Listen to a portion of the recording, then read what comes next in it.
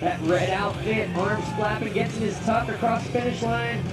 A 128.15, we have a new leader. The X Games is really just a backdrop for what we're doing with working with Pitkin County and the first responders in the area. In addition, we've been able to work with partners in the Colorado Guard. The 5th and 19th Special Forces came out and conducted cold weather and survival training for us, and the 93rd CST out of Hawaii. The 104th MPAD covered all the events, and the J33 from the Joint Operations Center of the Colorado Guard conducted a continuity of operations exercise where they tested all their communications equipment if they had to reestablish communications on in the mountains or in the western slope area. Our mission is we're establishing what is called a jump jock. It's basically the Joint Force Headquarters, Joint Operations Center's mobile command site. We use a trailer basically rigged up to use a lot of the same communications using satellite, email, phones, radio communications for emergency response and coordination. The table down. Matrix 4 is NGB-15, read The Jump Jock is our mobile command site. So anytime an incident commander or a National Guard mission is going on, be it with, say, the 8th CST like we're doing here at the X Games, we come out here and we can support them real time. Any sort of communications that we need to establish with them in support of their mission.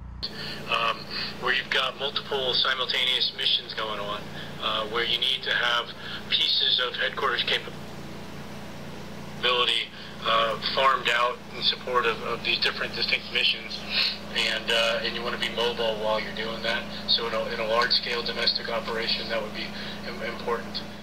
While we were out in Hawaii again supporting APEC, the Asian Pacific Economic Conference, we asked them if they would like to come and support us during the X Games. And while we're here, we would assist them in getting some cold weather and high altitude environmental training. And I think they got a lot out of it. Until the fire department shows up. So one of the things I wanted to do is expose my soldiers and airmen to cold weather survivor training, so they can see how to survive in this type of environment. Something that they haven't done. So this is our first actual training iteration with digging snow caves, being able to survive in this type of environment. So. The beauty of this event is we are really supporting the local first responders in the community, and since we're a community-based organization, this is exactly who we're supposed to be reporting. A lot of times we end up working with large cities like Denver or Colorado Springs or Fort Collins that have a lot of resources, but in this case we're actually able to get out to areas we normally wouldn't get to because they're 5 hours away and they're just not that big, and they actually lack the resources that they would, that we provide in an emergency. So this is just a great event for us. Yep. So just this one. We're going to be supporting Colorado with a special security event in the 2012 X Games, Winter X Games here in Aspen.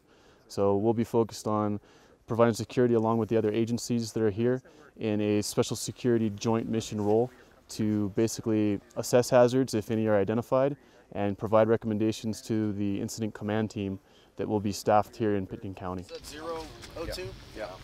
We have teams of two, what we call a HAT team or hazardous assessment team. Those are our guys on the ground who are out walking the venue in this cold weather. Not much thanks, but they're making sure that the public is safe, and everybody who comes to an event like this comes and is safe and they feel protected, and they leave and they go home so they can spend time with their families. So that's our job. We're behind the scenes, very covert. We blend into the public. So it's a real honor to be a part of that and to help make everybody safe. And air monitoring. So around this whole venue and every venue we go to, we put up area arrays, and that just monitors the surrounding area in terms of any hazards that would be in the air or radiation. Tonight, as we walk into the venue, we're looking for any suspicious packages, bags that are left unattended, and basically using some of our sensing and monitoring equipment to make sure that people are not carrying anything they shouldn't be carrying. So our mission is not to look for alcohol or drugs. That's what the DHS people are here for, and that's what Pitkin County does. That's their part of the mission. We're here to make sure that nobody's bringing anything that could harm people into the venue. So anything out of the ordinary at all, people acting suspicious, boxes, bags, anything that just doesn't fit its place. We've really developed a pretty good relationship with Pitkin County and Aspen because we've worked with them several times now, both at the X Games and at the international bike races conducted over the summer. They understand what our capabilities are. They've requested us to respond, and they're very easy to work with. We're here supporting Pitkin County Sheriff's Office, Aspen PD, and various other local responder agencies. We've got the Seaburn side of the house, so venue security, you know, just looking for anything that's suspicious, or we're here to analyze an unknown threat. You know, because really the strength of Colorado Guard, or any guard unit in the nation, is that we are in the community and we're going to get there before anybody else. If there's any kind of emergency or disaster and a community needs help, the first people they're going to call when their resources are exceeded is they're going to call the governor, or they're going to ask for the Colorado Guard. And in this case, we can be there within a few hours to assist. And those are the people that we're going to work with for a lifetime, but we're the first face they're going to see in an emergency, and we're going to be with them for days or months.